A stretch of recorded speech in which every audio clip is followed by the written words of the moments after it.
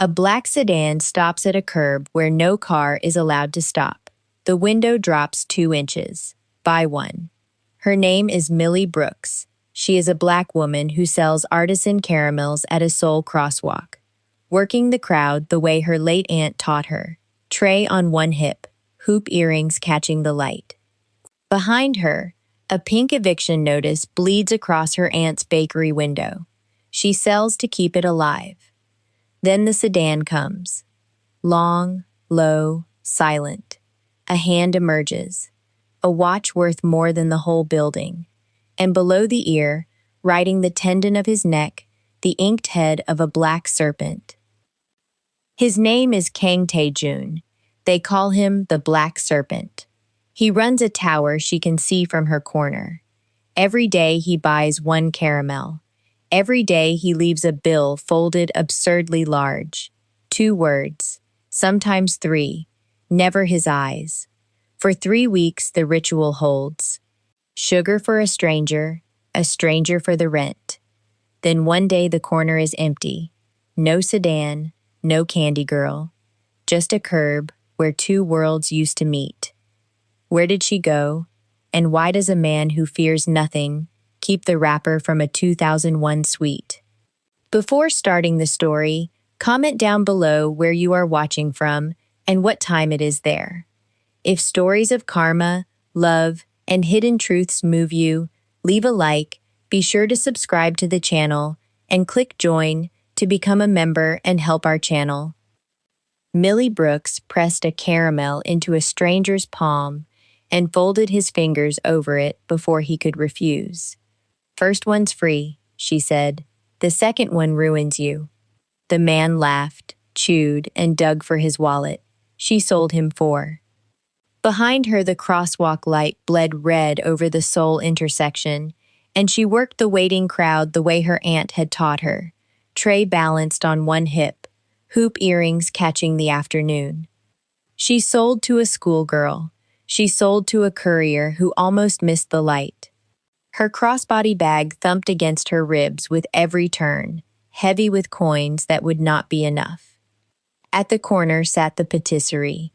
Grace's name still hung above the door in faded gold, and a pink eviction notice bloomed on the glass like a bruise. Milli looked at it once. She looked away. "Excuse me." A woman touched her sleeve. "The caramels. Are they real butter?" "Real butter. Real cream. Real regret." Milli winked and wrapped 6 in wax paper. Money changed hands. She counted it under her breath the moment the woman turned, then tucked it deep in the bag with the rest. Not enough. 12 days until the bank took the building, and the tray held maybe $40 of sugar between her and the street. The light changed. The crowd surged. She stepped back onto the curb and let them go, breathing through the noise, and for one held second, the city thinned to nothing but her aunt's recipe warm in her hands. Then a black sedan slid to the curb where no car was allowed to stop. It was long and low and silent, the kind of car that made traffic wardens develop sudden blindness. The rear window came down 2 inches. Nothing else moved. Milli stepped toward it out of pure grace-taught reflex. A customer was a customer. "Afternoon," she said to the gap. "You look like a man who's about to make a terrible decision." A pause, then a voice, quiet and even. "Buy one. They're 2001 each." "Buy one," the voice repeated, and a hand emerged, palm up, long fingers, an expensive watch that cost more than her aunt's building. A cuff of dark suit. She set a single caramel in his palm. The window did not lower further. She could see the edge of a sharp jaw, swept back black hair, and just below the ear, riding the tendon of his neck, the inked head of a black serpent. He ate the caramel. The window rose. The car pulled into traffic and was gone before the light finished changing. He left a folded bill on the curb where his hand had been. 50,001 for 1 caramel. Milli picked it up and turned it over twice, as if the paper might explain itself. It did not. Weird tipper, she told the empty air and went back to work. The sedan came back the next day. Same corner, same forbidden curb, same 2 inches of open window. This time she was ready. She had the caramel wrapped before the glass finished lowering. "Buy one," he said. "You're going to have to learn a second sentence eventually." Silence. The hand came out. She placed the candy in it, and this time she held on to the wrapper a beat longer than she needed to, watching his fingers close. The serpent tattoo shifted with the tendon. He ate. The window rose. Another folded bill hit the curb. She did not chase the car this time. She stood on the corner and watched it thread the traffic, smooth as oil, and something in her chest tightened that she chose not to name. By the 4th day, she stopped counting his money in front of him. By the 5th, she started saving his caramel, the plumpest one, the one with the good edges, setting it aside each morning like an offering. "You're my best customer," she told the window on the 6th day. "You're also my strangest. I'd like that noted." "Noted," the voice said. She grinned. First new word in a week. Han Min-sok watched all of it from the driver's seat, jaw set, earpiece in, hands at 10 and 2. He said nothing. It was not his place to say that his employer, who signed contracts across 3 continents before breakfast, had rearranged his afternoons around a caramel. The ritual held for 3 weeks. Rain or dry, the black car came. 2 inches of window, 2 words, sometimes 3. A caramel exchanged for a bill folded so absurdly large that Millie had, quietly, made 3 payments on the bakery's debt with money that smelled of sugar and stranger. She started calling him Mr. Black Car, never to his face, only in her head, and once, slipping, out loud. The window had almost seemed to smile. She knew nothing about him, not his name, not that Kang Tae-jun ran Kang Meridian Holdings from a tower she could see from the crosswalk. Not that the serpent on his neck answered to no bank and no law. She knew he took the caramel with good edges, and that he had never once let her see his eyes. On the 22nd day, she decided she would change that.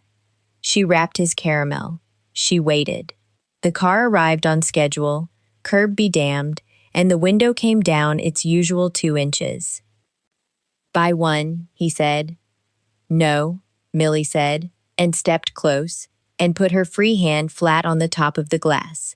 "Not until you look at me." The window stopped. For a long moment, nothing in the car moved at all. Then, slowly, the glass began to slide down. All the way, this time, and Kang Tae-jun turned his head and looked at her, and across the corner, a man in a parked gray van lifted a camera and began to shoot. The phone rang at midnight. Millie fumbled it off the crate she used for a nightstand and pressed it to her ear. "Grace Brooks left something with you." Not a question. A man's voice, flat, patient. She sat up. "Who is this?" "You have 3 days to remember where it is." The line went dead. She stared at the dark screen until it dimmed. Down on the street, an engine idled that had not been there an hour before. The next morning, a man stood across from her cart. Gray jacket, no coffee, no phone. He watched her weigh licorice for a schoolgirl and did not look away when she looked back. She sold nothing that hour. When she finally moved toward him, he turned a corner and was gone. That night, she took the long way home. She heard the footsteps at the alley mouth. 2 sets, quick. A hand caught the strap of her bag. She twisted, tore free, ran. Her shoulder hit a brick edge and the pain lit up her whole arm. Somewhere behind her, the phone slipped from her pocket and cracked against the ground. She did not go back for it. She ran until the streets narrowed and the noise thinned. A red awning. A restaurant with steam on the windows. She pushed the door. Mrs. Park was stacking chairs. She took one look at Millie's arm, at her face, at the door behind her, and set the chairs down. Upstairs, Mrs. Park said. The room over the kitchen. Say nothing. Millie climbed. The room held a mattress and a window the size of a book. She pressed her back to the wall, held her hurt arm, and listened to two men pass twice on the street below.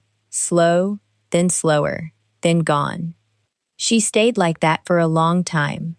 Downstairs, a kettle hissed, and cups clinked, and ordinary life went on. She wanted to believe the phone call and the alley belonged to some other night. But her sleeve was torn, and her wrist had begun to swell, and both of those things were true. Mrs. Park brought up rice and a bag of ice near dawn. She sat on the edge of the mattress and studied Millie's face in the gray light. You will not sell candy tomorrow, Mrs. Park said, or the day after. I have to. The bakery. The bakery will keep. Mrs. Park pressed the ice into her hand. Whatever your aunt kept from those men, they think you have it. Stay where they cannot count on finding you. Millie looked at the small window. Somewhere out there, her cart stood abandoned at the corner, her whole living locked inside it, and she could not go back for it. Across the city, at the same corner every morning, a black sedan slowed and did not stop. The first day, Tae-jun watched an empty patch of pavement where a cart should have been. He said nothing. The car moved on. The second day, the same. He looked at the closed shutter of the bakery behind the empty space, at the chalk ring still on the ground from her cart's wheels. The third day, he leaned forward. Pull over. Han Min-sok found a gap and stopped the car. In the mirror, his eyes asked the question he would not speak aloud. Tae-jun got out. He crossed to the coffee vendor 2 doors down, a wiry man who had watched him arrive every morning for a month and had learned to say nothing about it. The candy cart, Tae-jun said. Where? The vendor wiped his hands. Gone. 3 days now. Her name. Millie. Milli Brooks. The vendor hesitated. She left her things. Never came for them. Girl like that doesn't leave her cart. He nodded down the block, toward the shuttered bakery. Ask there. Her aunt owned it. Grace. Tae-jun stood a moment in the morning light. Then he said the name once, quietly, to himself. Grace Brooks. The apartment was above the bakery. Han Min-sok worked the lock. It gave on the second try. Already loose, already forced once before them. Inside, the drawers hung open. A chair lay on its side. Broken glass caught the light across the floor in a bright, ugly spread. Someone had come here fast, and left faster, and they had been looking for one thing among many. Tae-jun stepped over the glass. He did not touch the overturned chair. He moved through the small rooms the way he moved through a boardroom, reading what the wreckage wanted him not to see. Han Min-sok spoke from the doorway. Sir, we should not be here. A minute. The bedroom was worse. The mattress stood against the wall. A loose floorboard had been pried up and thrown aside, and the cavity beneath it was empty. But taped to the underside of the board, where a hand searching in a hurry would never think to turn it over, was a small square of paper gone brown at the edges. Tae-jun peeled it free. A photograph. Old, the color washed toward yellow. A younger Grace Brooks stood at the center, laughing, one hand shading her eyes. Around her stood 4 men in dark suits, arranged the way men arrange themselves when the picture matters more than the day. He knew none of them. Then his eyes moved to the man at the edge, half turned, caught mid-sentence, and everything in the room went very still. He had seen that face at the head of a dinner table. He had seen it in a silver frame his mother kept turned to the wall. He had spent 20 years being told it was gone, dead, buried without a stone. His father stood beside Grace Brooks, and he was smiling. The photograph shook once in Tae-jun's hand. This had never been about a girl who sold candy on a corner. It had begun long before her, inside his own blood. and someone had spent decades making sure he would never find this room. Sir, Han Min-sok's voice, closer now. What is it? Tae-jun did not answer. He turned the photo over. On the back, in Grace's hand, 4 words in faded ink. They are still alive. The stairs did not creak the way they had all week. Millie heard that first. The wrongness of a heavier weight climbing slow. She rose off the mattress and pressed the photo into her waistband. Grace's 4 words against her spine. The door opened without a knock. Tae-jun filled the frame. He looked at the ice, the torn sleeve, the swollen wrist, and something in his jaw settled, as if a question he had carried had just been answered. Mr. Black Car, she said. Millie? Behind him, on the landing, Mrs. Park had gone still. Her hand gripped the rail. She looked at Tae-jun's neck, at the collar of his shirt, and stepped back until the wall stopped her. She said nothing. She did not have to. Millie watched the old woman's fear and understood it in one cold rush. Mrs. Park had hidden her from men. And here stood a man Mrs. Park was afraid of. And he knew Millie's name. And he had climbed these stairs like he owned them.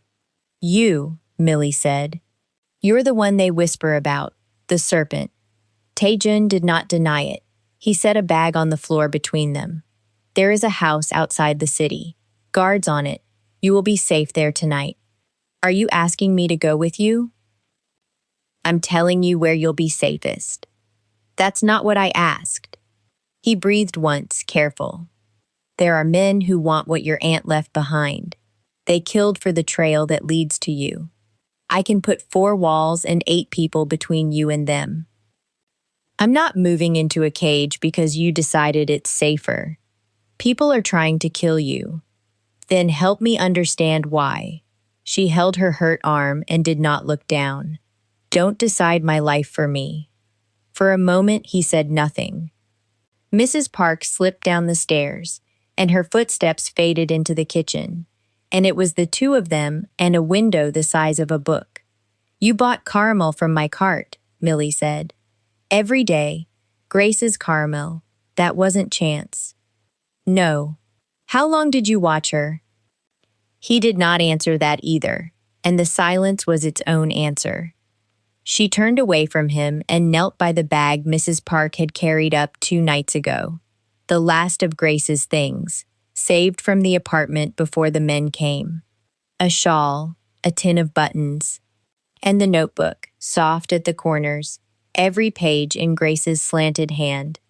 I'll take your guards, Millie said, your walls, all of it, on one condition. She looked back at him. You tell me everything. Every name, what she found, who wants it, what you are, no pieces, no deciding what I can handle. Some of it will make things worse. Then it makes things worse. My life, my choice. He was quiet a long moment. Then he inclined his head, once. Not a man giving in. A man recognizing a line he could not cross. She opened the notebook to buy herself a breath. The caramel recipe sat where it always had, 3rd page, stained with old sugar. She had read it 100 times as a girl. 2/3 cup cream, a pinch of salt, and in the margins, in Grace's careful print, the numbers. 237 grams, 41 minutes, 19 milliliters, 12 portions. Millie stopped. Her thumb pressed the page flat. No one weighed caramel to the gram. No one timed it to 41 minutes. You pulled it when the color turned. And 19 milliliters of anything, in a kitchen that measured by the spoon and the handful, was not a measurement at all. Grace had never once cooked by the number. She cooked by her hands. Millie turned the page. The next recipe carried its own set. So did the one after. Grams that were not grams. Minutes that were not minutes. A quiet grid of figures hidden in plain sugar, page after page, in the one language no man hunting a woman would think to read. She wasn't writing recipes, Millie said. Lo, she was hiding numbers inside them. Tae-jun crossed the room and looked over her shoulder at the page. His stillness changed. Account strings, he said. Routing. She encoded it. And the caramel. Millie pressed her fingertip to the third page, to the recipe he had bought from her cart every single morning for 3 weeks. You kept coming back for this one. 237, 41, 19, 12. Her voice thinned. This is the key, the one that opens the rest. The tin of buttons sat open beside her knee. Under the buttons, folded small, was a slip of hospital paper she had never let herself read. Cause of death. She had been told her aunt's heart simply stopped. 62, and a heart that simply stopped the week after a man first bought her caramel. Millie's hands went cold around the notebook. Grace had been hunted. Grace had known. Grace had baked the proof into her recipes and mailed the last batch to the one person the killers would only find by accident, the niece who sold the candy on the corner. She looked up at the serpent standing in the little room, the only wall between her and the men outside, and understood that the wall and the danger were the same man's shadow. They didn't take her heart, Millie whispered. They took her. Downstairs, the restaurant's front bell rang, and Mrs. Park's voice rose too bright, too quick, greeting someone who had not come to eat. The account ledger scrolled past 3 years in seconds. Millie traced the decoded numbers with one finger, matching each caramel recipe to a routing code. Money moved through a dozen shell names, then landed in one that never appeared on any Kang document. Sang-ho's signature sat beside it, and above his, a second hand had approved every transfer. She turned the laptop toward Tae-jun. He read the name at the top of the column and went still. His thumb pressed the edge of the table until the wood creaked. Ji-wook, he said. He drove himself. Min-sok tried to follow, and Tae-jun waved him back. The VP's study smelled of pipe smoke and old paper, exactly as it had when Tae-jun was 9, and learning to tie a tie in that mirror. Han Ji-wook poured 2 glasses without turning around. You look like your father when you're angry. Tae-jun set the printed ledger on the desk. Did you kill her? Ji-wook lifted his glass. He studied the amber, swirled it, drank. He did not put the glass down, and he did not answer. The silence stretched until it became the only answer left in the room. Grace Brooks, Tae-jun said. You bled her supplies. You bought her debt. You put something in her food until her heart stopped, and you called it business. I called it protection. Ji-wook finally faced him. A woman was teaching a candy vendor to read our accounts. I removed a risk. You'd have done the same, once. Outside the window, a car door closed too softly. Tae-jun didn't hear it. They took Millie from the restaurant kitchen. 2 men, a cloth, the back of a van that smelled of diesel. Mrs. Park's shout was cut short by the door. But Millie had felt the notebook go quiet in her hands an hour before, and she and Tae-jun had already agreed on the shape of a trap. In the dark of the van, she found the phone taped inside her waistband. One thumb, working blind. A timer ran on a hidden server. Grace's full file sat behind it, addressed to 3 journalists, 2 investigators, and the prosecutor's office. Unless she entered a code every 12 hours, the door opened on its own. The van stopped at a warehouse on the river. They pushed her into a room lined with steel drums. Ji-wook was already there, sleeves rolled, patient as a schoolteacher. Cancel it, he said. I know you built a switch. Your aunt taught you well. You're going to be very disappointed, Millie said, in how badly this ends for you. He raised a hand. Her thumb moved first. She didn't cancel the timer. She triggered it early. Somewhere, an inbox filled. Phones lit across the city. On a screen mounted in the warehouse office, a news alert bloomed. Then another. faster than any man could delete.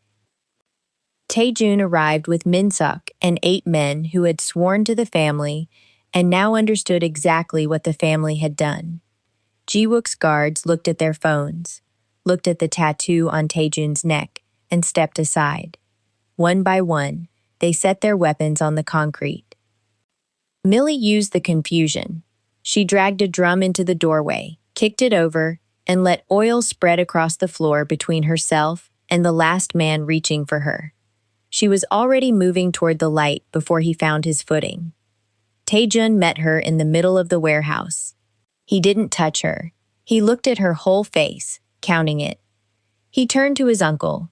"You spent your entire life protecting a family that no longer deserves to exist."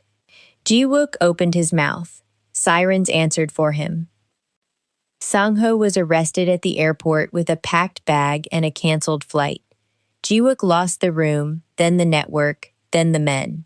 Auditors walked into 3 Kang subsidiaries with boxes. A pathologist reopened a file marked closed and wrote a new word beside Grace Brooks: homicide. Tae-jun began taking his inheritance apart. Not because Millie asked, she never asked. He closed the fronts, freed the debts, mailed anonymous refunds to shops that had been squeezed dry. He did it because he would not build a life on the machine that had killed her. Months later, the crosswalk near the old market stood empty. No cart, no candy. Tae-jun waited for the light anyway, then smiled at nothing, and drove on. He parked before a small storefront with fresh paint and a hand-lettered sign, "Brooks and Grace." The bell rang as he stepped inside. Millie looked up from a tray of caramels. Late again. He set a small box on the counter. She opened it. A single sweet wrapper, creased soft, the first caramel he had ever bought from a stranger at a crosswalk. "You really kept this?" "Apparently, I've been making terrible decisions for months." She laughed, and it filled the shop. He waited until she was still again. "Milli Brooks, would you have dinner with me?" Not an order. A question, held out with both hands. "Much better," she said. They closed the shop together at dusk, chairs up, lights low. His phone rang. Min-suk. Tae-jun listened. His face emptied. He set the phone down slowly, as if it had grown heavy. "What happened?" Millie asked. A new pass through Grace's files had surfaced, one more account, opened long ago, tied to a name that had been buried for over a decade. A man officially dead. "They found my father." If this story moved you, stop for a moment and reflect. Have you ever been seen as only one small thing, the candy girl, while no one noticed the weight you carried? What would you do if someone you loved left you a secret you never asked to hold? And when powerful hands try to protect you with choices made behind your back, is that safety or another kind of cage? Tell us your experiences and feelings in the comments. We read them all. And if you believe in stories about dignity, hidden truth, and the courage to be seen, leave a like, be sure to subscribe to the channel, and click join to become a part of our community and help the channel.